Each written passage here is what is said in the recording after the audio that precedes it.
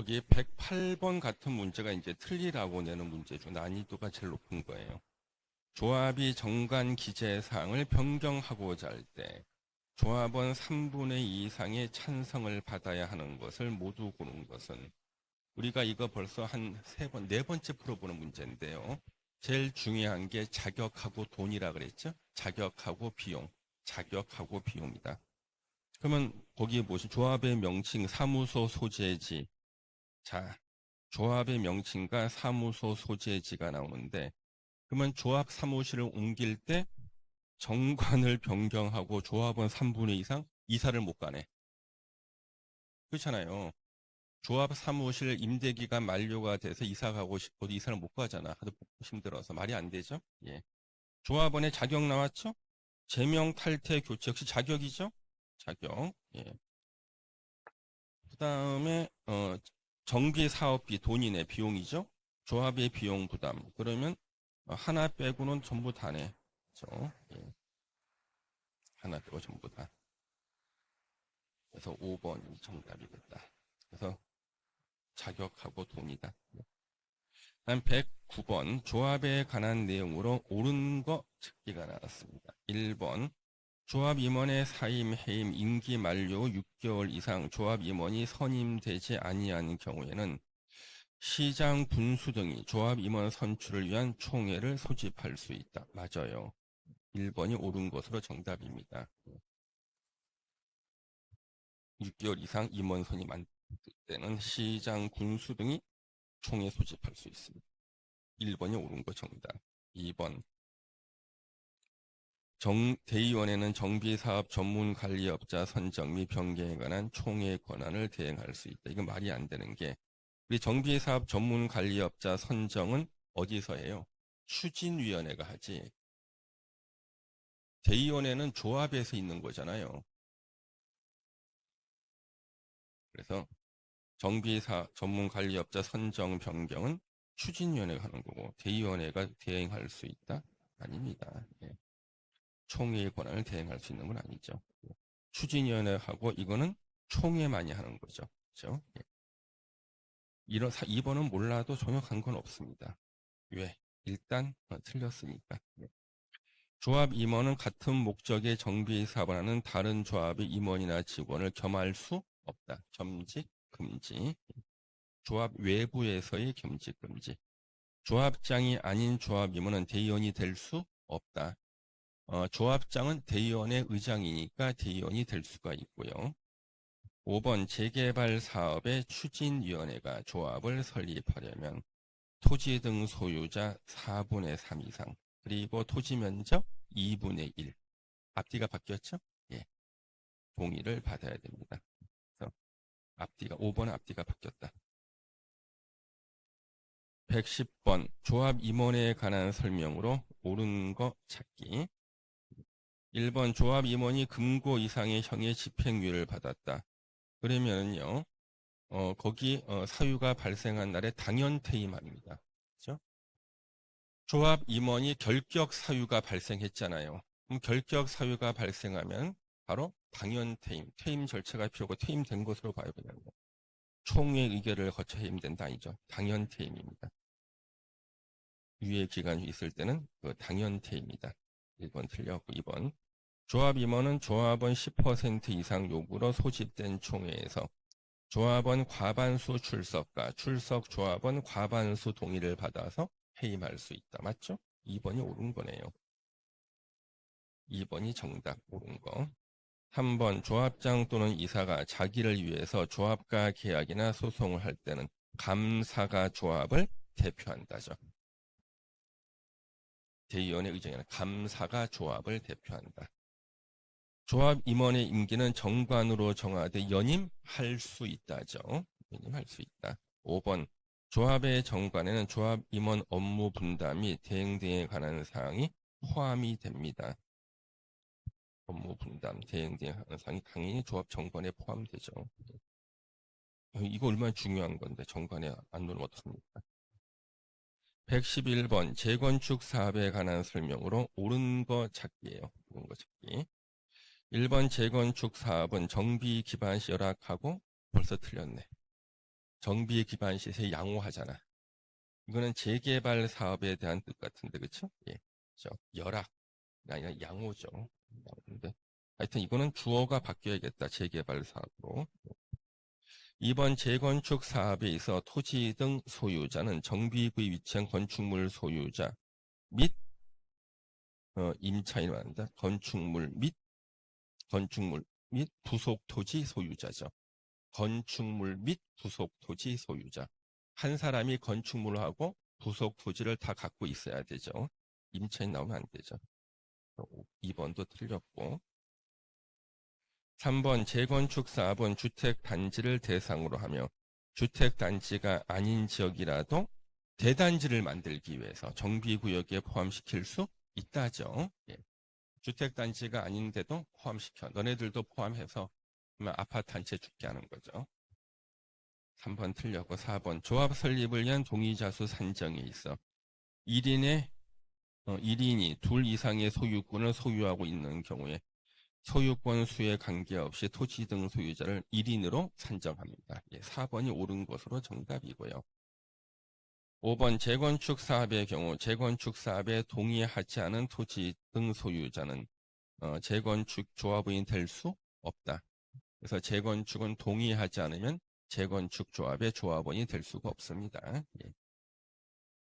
112번 건축 법령상 소음 방지를 위한 일정한 기준에 따라 층간 바닥을 설치해야 하는 건축물이 아닌 것은 화장실 바닥은 제외.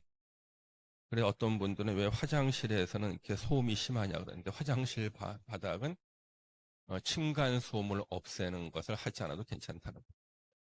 자, 우리 층간 소음을 방지해야 되는 것은 사람이 사는 곳이죠. 사람이 사는 곳에 층간 소음을 방지해야 되잖아요. 층간 소음은요. 그러면 오피스텔 사람 살죠. 주거용 오피스텔도 있으니까 다가구 주택, 다중생활시설이 뭐예요? 옛날에 고시원이지. 그렇죠? 숙박시설 중 다중생활시설은요. 바닥 면적 합계 500제곱미터 이상. 2종 근생 중 다중생활시설은 바닥 면적 합계 500제곱미터 미만이야.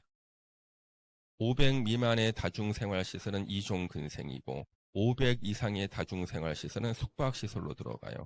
그리고 다중생활시설은 숙박시설이든 2종 근생이든 요거 우리 준주택으로 본다 그랬죠? 네, 준주택. 그러면은 거기에 도서관이 정답이겠다 그랬죠? 도서관은 층간소음이 있어도 괜찮아요. 사람이 누워 자는 곳. 사람이 누워 자는 곳만 층간소음을 방지하는 구조로 해야 돼요. 그러니까 이런 것들을 갖다가 미리 한번 생각 안 하면은 나오도 당황하잖아. 그렇죠? 진짜. 그래서 층간소음을 방지하는 것은 사람이 누워 자는 곳이다. 정답이 3번 도서관. 물론 누워 자는 사람이 있다. 도서관에. 이런 사람들 깨워줘야 돼. 층간소음으로. 113번 건축물의 면적 등의 산정 방법에 관한 설명으로 옳은 것 찾기. 여러분 아는 게 나왔다. 지하층은 건축물 층수에 산입한다. 산입하지 않는다. 야, 너무 좋다 해서 1번 틀렸다. 1번 찍으면 안 돼. 지금 옳은 거 찾기야. 자기가 아는 거 하나 나왔다고 찍으면 안 돼요. 이제 옳은 거 찾기입니다. 층수에 산입하지 않는다. 건축물 지상층에 일반이 통행할 수 있도록 설치한 보행 통로는 건축 면적에 산입하지 않는다. 만약 이걸 갖다가 건축 면적에 산입하면 보행 통로를 없애야 될 거 아니야. 말도 안 되지. 공동주택으로서 지상층에 설치한 어린이 놀이터 면적은 바닥 면적에 산입하지 않는다. 우리 바닥 면적은 뭐예요? 일상생활에 사용하는 면적이 바닥 면적. 사람들이 일상생활에서 사용하는 면적이 아니면 바닥 면적에 산입하지 않아요. 어린이 놀이터에 물론 누워 잡는 분 있어. 그렇지만 어린이 놀이터는 바닥 면적에 포함하지 않고요. 지하층 면적은 용적률을 산정할 연면적의 제외. 생활 폐기물 보관하면요. 건축 면적에 산입하지 않는다. 5번이 정답이죠. 그래서 생활 폐기물 보관함을 갖다가 설치해도 건축 면적에 포함 안 시키면 5번이 정답이다. 114번. 이런 문제도 갑자기 보면은 띵할 수가 있어. 도시군 계획시설에서 가설 건축물을 건축할 때 허가권자. 가설 건축물이든 뭐든 우리 건축법상 허가권자 원칙이 누구야? 특별자치시장, 특별자치도지사, 시장, 군수, 구청장이지. 가설 건축물이든 뭐든 원칙적인 건축 허가권자, 특별자치시장, 특별자치도지사, 시장, 군수, 구청장. 광역시장하고 특별시장과 광역시장은 예외적으로만 허가권자가 되죠. 그렇죠? 21층 이상, 연면학계 10만 제곱미터 이상. 그래서 2번 정답, 광역시장이죠. 다음 115번, 건축 허가권자로부터 건축 관련 입지와 규모의 사전 결정 통지를 받은 경우 허가를 받은 것으로 보는 것이 아닌 것은. 그래서 건축 허가를 신청하기 전에 미리 내가 건축 허가 신청한다면 건축 허가 내주겠습니까? 사전에 물어보는 게 사전 결정 신청. 네가 건축 허가 신청한다면 허가를 내주겠다. 사전 결정 통지. 사전 결정 통지를 받고 나면 2년 내에 정식으로 건축 허가를 신청하여야 한다. 안 하면 사전 결정의 효력은 상실됩니다. 그러면 원래는 건축 허가 받았을 때 다른 법률에 의해서 인허가가 의제가 되는데 돈을 내는 것들은요. 돈을 내는 것들은 건축 허가 받은 것도 아니고 네가 건축 허가 신청한다면 허가 내주겠다는 사전 결정 통지만 받아도 허가를 받은 것으로 봐줍니다. 개발행위 허가 받은 것으로 본다. 이행 보증 예치하잖아. 그렇죠? 그 다음에 또 뭐가 있어요? 뭐가 산지 전용 허가 받은 것으로 본다. 단 보존 산지가 아닐 때. 예. 보존 산지일 때는 도시 지역이 하나거든. 예. 그다음 농지 전용 허가 받은 것으로 본다.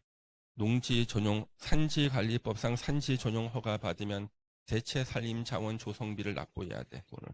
농지 전용 허가 받으면 농지 보전 부담금 납부해야 돼. 하천 조명 허가 받으면 점용료를 내야 돼. 도로 조명 허가 받은 것으로 의제되지 않아. 5번이 정답. 이 교수님 계속 틀린 정답으로 도로 조명 허가를 내. 도로 조명 허가는 절대로 이런 게 아니에요. 어떤 분들은 도로 조명 허가 뭐냐 그랬더니 건물 지을 때 도로에다가 벽돌이나 세면 모래 쌓아놓는 게 도로 조명 허가 아니냐 그러는데 그게 도로 조명 허가 아니야. 도로 조명 허가는요. 우리 건물 지을 때 도로 밑에 굵은 수도관, 가스관, 하수도관 있죠. 내가 짓는 건물에 수도관, 가스관, 하수도관이 도로 밑에 묻혀 있는 굵은 데다가 연결을 시켜요. 선을. 그럼 나는 그 도로를 쓰는 거지. 그게 도로 조명 허가야. 그 다음에 내 땅에서 도로 쪽으로 나가는 통로를 만들어서 그쪽으로 나와서 도로를 쓰잖아요. 이게 도로 조명 허가라고. 그러니까 도로 조명 허가는 도로 위나 도로 지하를 쓰는 것을 도로 조명 허가라 그래요. 예. 그래서 사전 결정 통지를 받았다 그래도 도로 조명 허가 받은 것으로 안 봐. 이건 따로 받아야 되는 거예요. 그렇다는 거지. 그다음 116번 건축 허가에 관한 설명으로 옳은 거 찾기. 몇 번이 옳은 겁니까? 몇 번 찍었어요?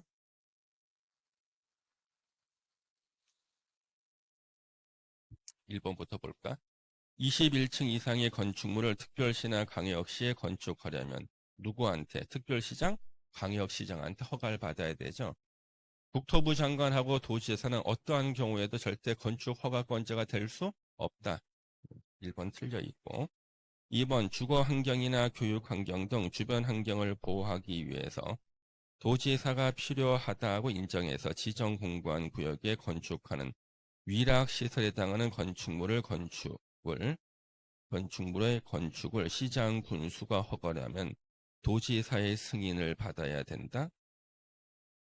우리 도지사의 승인을 받아야 된다. 어떻습니까? 이거. 예?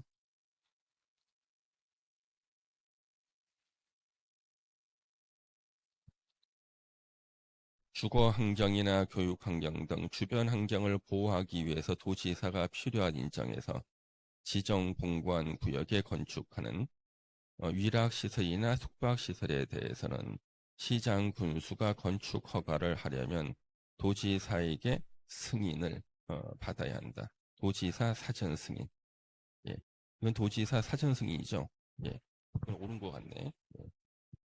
다음 3번 허가권자가 숙박시설에 해당하는 건축물의 건축물을 허가할 때 해당 대지의 건축은 건축물의 용도 규모가 주거 환경 등 주변 환경을 고려할 때 부적합 인정할 때는 건축위원회 심의를 거쳐서 건축 허가를 하지 아니할 수 있다.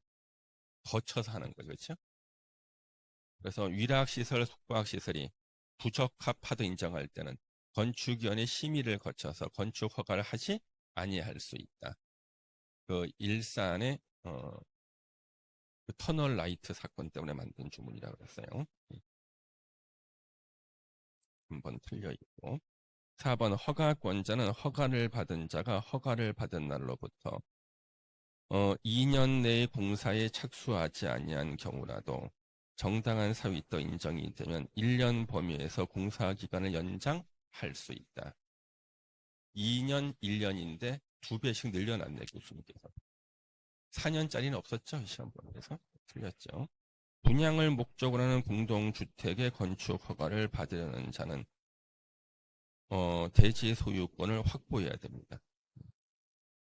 자, 분양을 목적으로 하는 공동주택의 건축 허가 받을 때는 대지 소유권을 확보해야 된다.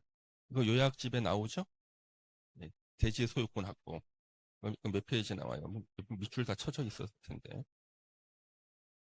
밑줄 한번 찾아보겠습니다.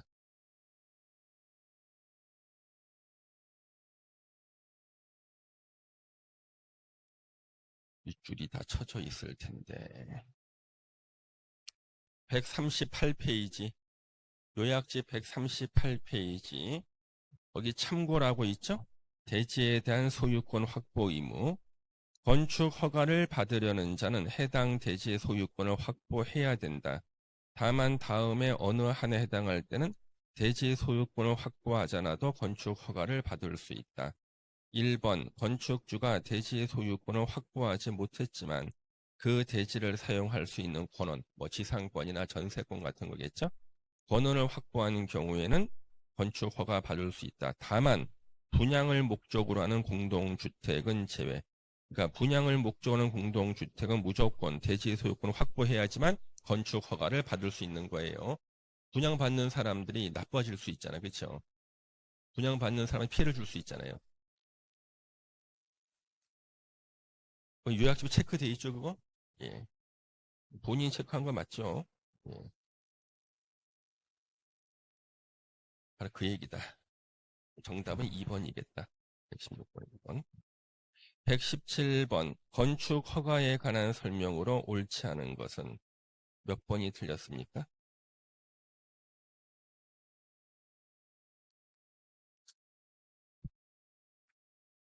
몇 번 찍었어요? 117번에. 그럼 틀린 거 잠깐 볼게요. 1번 50층의 공동주택을 광역시에 건축하려면 21층 이상이잖아. 그러면 당연히 광역시장은 허가 받아야 되고 맞아요. 2번 자연환경을 보호하기 위해서 도지사가 지정 공부한구에 건축하는 3층 이상 또는 연면적 합계 1000제곱미터 이상의 수질 오염시키는 거 5개, 일반 음식점, 일반 업무시설, 공동주택, 위락시설, 숙박시설에 대해서 시장 군수가 건축 허가를 하려면 도지사에게 사전에 승인을 받아야 된다. 도지사 사전 승인. 2번도 옳은 거죠. 그래서 자연환경 수질 보호를 위해서 도지사가 지정 공고한 구역, 경기도 가평군 같은 데입니다. 3번 건축 허가 받으면 자연공원법에 따른 행위 허가 받은 것으로 본다. 맞아요. 그래서 건축 허가 받으면 의제되는 것들이 많아. 그래서 그 중에 우리가 가장 중요한 게 개발행위 허가 받은 것으로 본다. 건축 허가를 자연공원법상 그 자연공원 안에서 건축 허가를 받을 필요가 있어. 그러면 자연공원법상 허가를 받은 것으로 본다. 맞아요, 3번도. 4번 건축 허가 시 실시하는 건축물 안전 영향 평가는 건축물이 연면적 10만 제곱미터 이상이고 21층 이상인 거 요건으로 한다. 자, 우리 안전영향평가는 초고층 건축물이 있었죠. 기억나십니까? 몇 페이지 나와요? 안전영향평가. 틀리라고 내놓은 문제 나온다 그랬죠.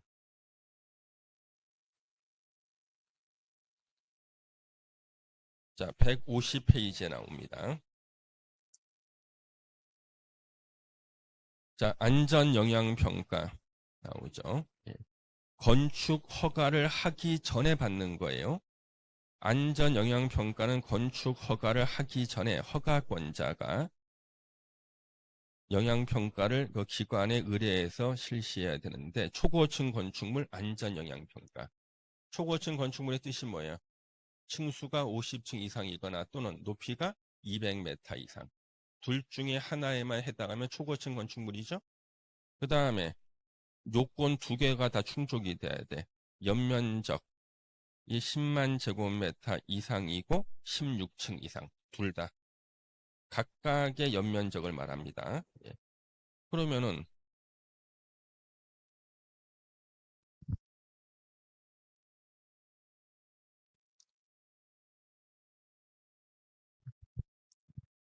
연면적 10만 제곱미터 이상이고 16층 이상일 것을 보죠. 20일 이상을 요하는 것이 아니죠. 이거 틀렸죠, 4번이. 예. 그 안전영향평가 틀리라고 낸다. 5번 2층 건축물이 건축 허가 대상이라도 증축하려는 부분의 바닥 면적 합계가 80제곱미터인 경우에는 증축에 대한 건축 신고하면 건축 허가 받은 것으로 본다. 바닥 면적 합계 85제곱미터 우리 건축 신고사항 있었죠. 자, 건축 신고가 몇 페이지에 나옵니까? 건축 신고사항 141페이지 밑에 건축 신고 대상 건축물 있죠? 박스 안에 1번 바닥 면적 합계 85제곱미터 이내의 증축, 개축, 재축은 신고하면 미리 신고죠? 미리 신고하면 건축 허가 받은 것으로 본다죠. 다만 3층 이상 건축물인 경우에는 증축, 개축, 재축하려는 부분 바닥 면적 합계가 건축물 연면적의 10% 이내인 경우로 한정한다. 이거는 3층 이상이 아니니까 2층이잖아요. 그렇죠? 85제곱미터 이하니까 건축 신고사항입니다. 맞아요. 5번. 그 다음에 118번 사용 승인에 관한 설명으로 옳은 거 찾기. 사용 승인. 우리가 건물을 다 짓고 난 다음에 사용 승인을 받거든요. 그래서 건축 허가를 받고 지은 건물, 건축 신고를 하고 지은 건물, 그 다음에 허가 받고 지은 가설 건축물, 허가 대상 가설 건축물. 건축물은 공사 완료 후 그 건축물을 사용하려면 사용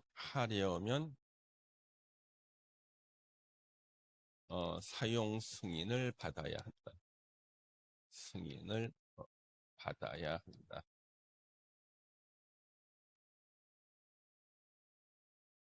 공사 완료 후 사용하려면 사용 승인을 받아야 한다. 그래서 공사 완료 며칠 내에 사용 승인을 받아야 한다 이런 말 없어요. 기간 제한 없어. 자, 사용 승인 못 받으면 자기가 사용 못 하는 거야. 자기 손해거든. 그래서 공사 완료 며칠 내에 의무적으로 사용 승인 받으라는 규정 없어요. 사용하려면 사용 승인을 받아야 됩니다. 그러면 사용 승인 안 받는 거, 바람이 불면 날아가거나 흔들리는 가설 건축물, 가설 무대라든가 견본주택이라든가 이런 것들이죠. 축조 신고 대상 가설 건축물, 바람 불면 날아가는 거, 사용 승인 안 받는다. 그 다음에 공용 건축물은 사용 승인 안 받아. 국가나 지자체가 건축하는 건축물, 공용 건축물은 건축 허가도 안 받고 협의만 하면 되고 다 짓고 나서 사용 승인도 받지 않는다. 그래서 건축주가 공사감리자를 지정하는 경우에는 사용 승인 신청은 누가 하는가? 건축주가 하는 거예요. 사용 승인은 건축주가 신청. 건축주가 신청. 건물 짓는 건축주가 신청하죠. 공사감리자가 신청하는 거 아닙니까? 신청. 선생님, 제 건물 지은 공사감리자가 신청해 줬는데요. 대신 내준 거야. 공사감리자가 설계사무소거든? 설계사무소가 다 내준 거야. 예. 누구 이름 냈어? 자기 건축주 이름 낸 거라고.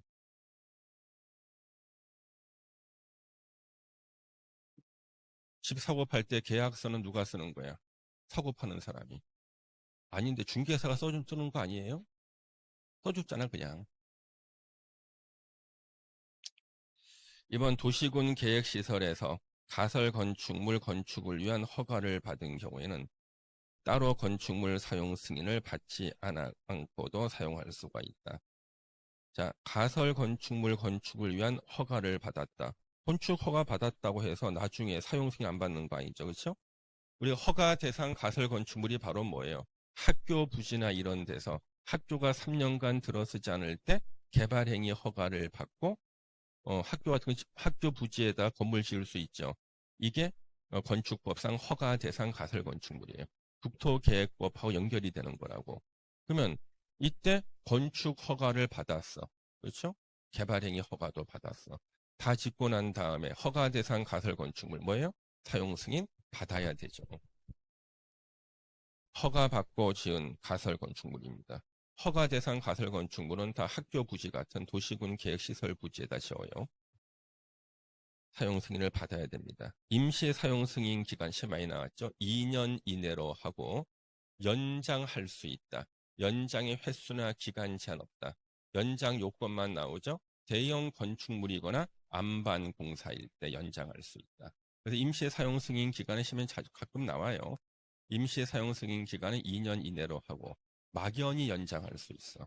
연장의 횟수나 기간은 제한 없다. 뭐 1회 한해서 1년 이내 이런 말 없어요. 대형 건축물이거나 안반 공사일 때 연장할 수 있다. 왕십리 민자 역사 임시 사용 승인 받은 적이 있어요. 대형 건축물이거든. 허가권자로부터 사용 승인을 받았다. 그러면은요, 건물을 쓰기 위해서 필요한 인허가는 다 받은 것으로 봐죠. 사용 승인을 받잖아요. 그러면 건물 쓰기 위해서 필요한 수도나 전기나 가스 이런 것들이 있죠. 다 받은 것으로 봐. 그래서 전기 설비 사용 전 검사도 받은 것으로 본다. 그래서 사용 승인을 받으면은요, 건물을 사용하기 위해서 필요한 각종 인허가는 다 받은 것으로 봐요. 건물 쓰기에 필요한 것들. 이건 외우는 게 아니라 이해를 하는 거지. 건물을 쓰기 위한 사용 승인을 받았다. 그러면 건물 쓰기 위해서 필요한 전기나 뭐 수도나 하여튼 각종 이런 필요한 것들 다 허가 받은 것으로 검사 받은 것으로 다 보고. 그래서 4번이 옳은 거네. 5번 허가권자인 구청장이 건축물의 사용 승인을 하려면 사용 승인은 건축 허가권자가 하니까 그냥 구청장이 하면 그만이야.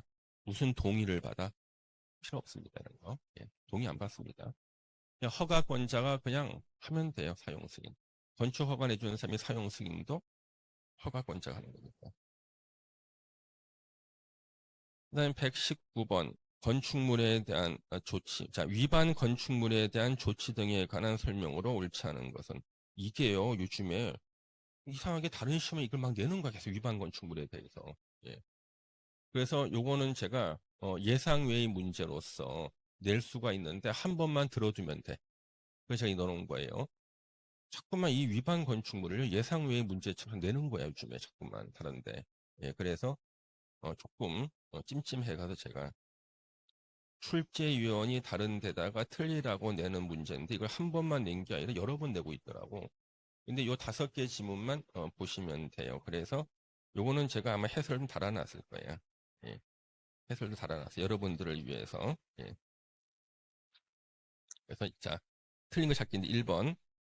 허가권자는 위반 건축물에 대해서 시정 명령을 하는 경우 건축물 대장에 위반 내용을 적어야 한다. 맞아요. 그래서 건축법을 위반한 건축물에 대해 시정명령할 때요. 건축물 대장에 위반 내용을 적어요. 그러면 건축물 대장을 열람하면요. 건축법 위반 사실이 나온다고. 그래서 건축물을 중개할 때 건축물 대장도 확인하는 이유가 혹시 건축법 위반한 게 있을까 봐 적어야 합니다. 2번 위반 건축물에 대한 실태 조사는 현장 조사의 방법으로 실시되며 서면 조사에 방법할 수 없다. 2번이 틀린 거예요.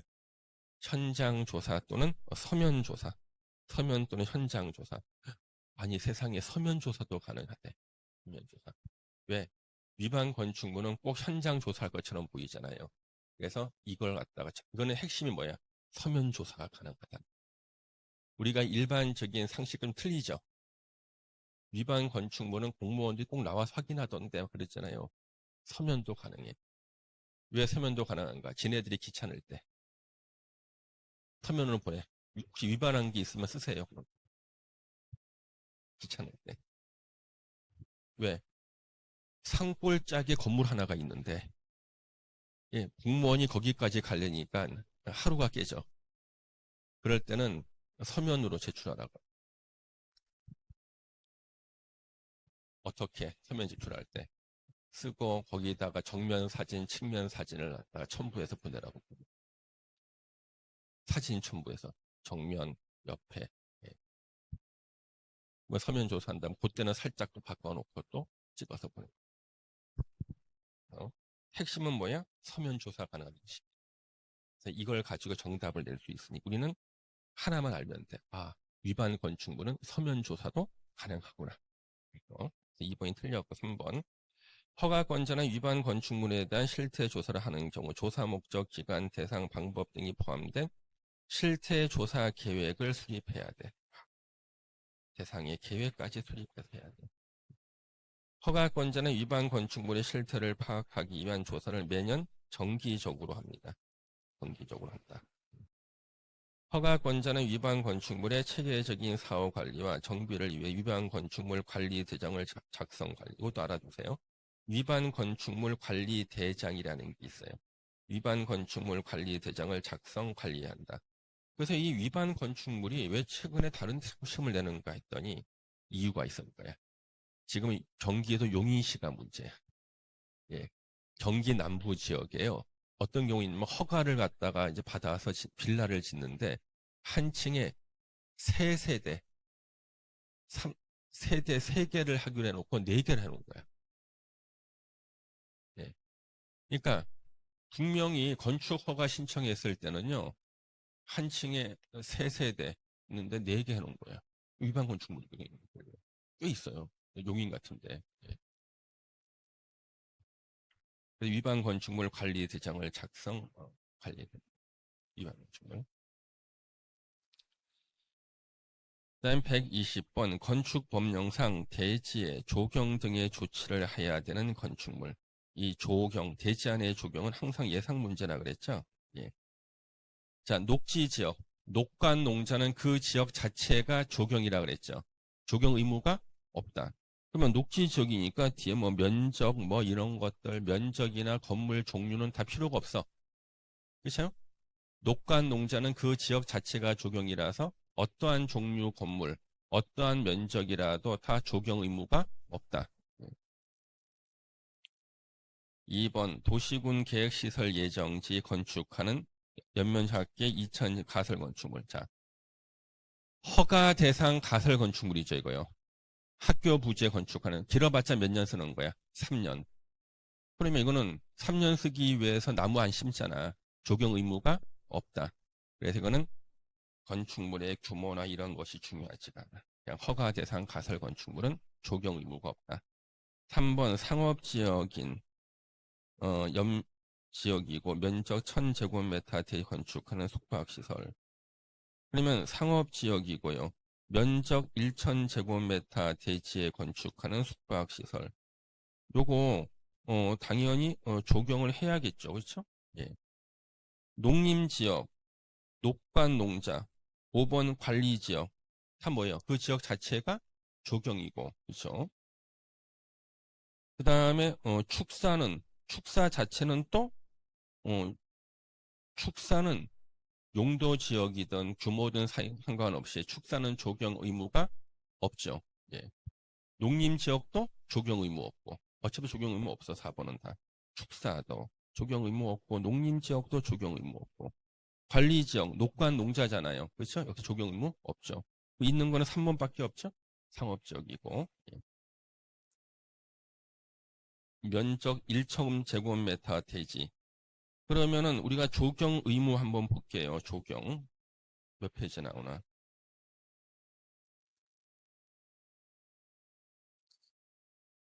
자, 146페이지에 적용 의무 없는 거 있잖아요. 그렇죠? 예. 적용 의무 없는 거. 요거는 여러분들 또 다 체크해야죠. 워낙 많이 나오는 거죠. 예. 그리고 이제 오늘 여기까지 풀어봤고요. 다음 주가 이제 마지막이거든요. 다음 주는 이제 주택법과 건축법 문제들이 있잖아요. 최근에 다른 시험에 냈던 것들, 예, 그런 것들 중심으로 해서 한번 볼 거예요. 그리고 뭐 나눠드린 부적은 여러분들이 이제 몸에 지니고 있어요. 어떤 분이 물어보기로 제가 몸에 깊숙한 곳에다가 지니라 그랬더니 진짜 깊숙한 곳에 그냥 몸에 지니고만 있으면 되는데 내가 그냥 농담 삼아 깊숙한 곳이니까 진짜 깊숙한 곳에 지니신 분이 계셨습니다. 예. 그리고 어떤 분은 이걸 갖다가 어, 공법 책에다가 끼워 넣어야 되는데 그걸 떨어뜨리고 그걸 갖고 어, 뭐더라 학개론 책에다 끼워 놓으신 분, 학개론 시험만 잘 보고 뭐 예, 몸에다가 지니시는 게 좋지 않을까. 예, 그렇죠. 예. 그리고 이 부적은요, 우리나라 부적 전문가가 하신 말씀이 있었어요. 부적은 운을 1% 증가시킨다. 1%. 그래서 40점 맞을 사람 60점 되는 건 아니고 59점 맞을 사람이 60점은 된다. 1% 운을 증가시킨대. 1%. 그 다음에 시험에 나쁜 기운을 좀 막아준다. 나쁜 기운을 막아주고 그렇다는 거죠. 그래서 부적 전문가께서 하신 말씀이 1% 운을 증가, 나쁜 기운을 막아준다. 뭐 이렇게 말씀하시더라고요. 우리 뭐 지푸라기라도 잡는 심정으로 마음의 평화. 그렇죠? 예. 예. 하여튼 여러분들 아까도 말씀드렸지만요. 시험에 대한 고민은 하루에 10분만 해야 돼요. 예, 고민하는 시간에만 보면 되고 매일 보던 거 한 번 더 봐. 그렇죠? 절대 보지 말고. 그 다음에 무조건 공법은 한 8문제는 여러분 손도 못 대는 문제라. 근데 8문제가 다 틀리는 게 아니야. 손도 못 대게 냈지만 그 안에서 정답이 보여. 예. 그런데 자기가 1초 만에 맞출 만한 문제 10문제를 갖다가 실수 없이 맞추잖아요. 무조건 붙고 60 넘거든. 예. 그래서 여러분들이 매일 보던 문제, 매년 나오는 문제, 자기가 뭐 이런 문제도 나와, 이런 것들이 나온다니까. 거기서만 실수하면 붙는 건 어렵지 않아요. 그리고 절대 시험에 대한 고민 하루에 10분. 고민할 시간에 그냥 아무 생각 없이 빠른 속도로 기억을 재생하는 거예요. 빠른 속도로 기억 재생. 이러면 합격을 해요. 손이 정답 쪽으로 가게 돼 있거든. 아셨죠? 예. 오늘 여기까지 하겠습니다. 수고하셨습니다. 감사합니다. 예.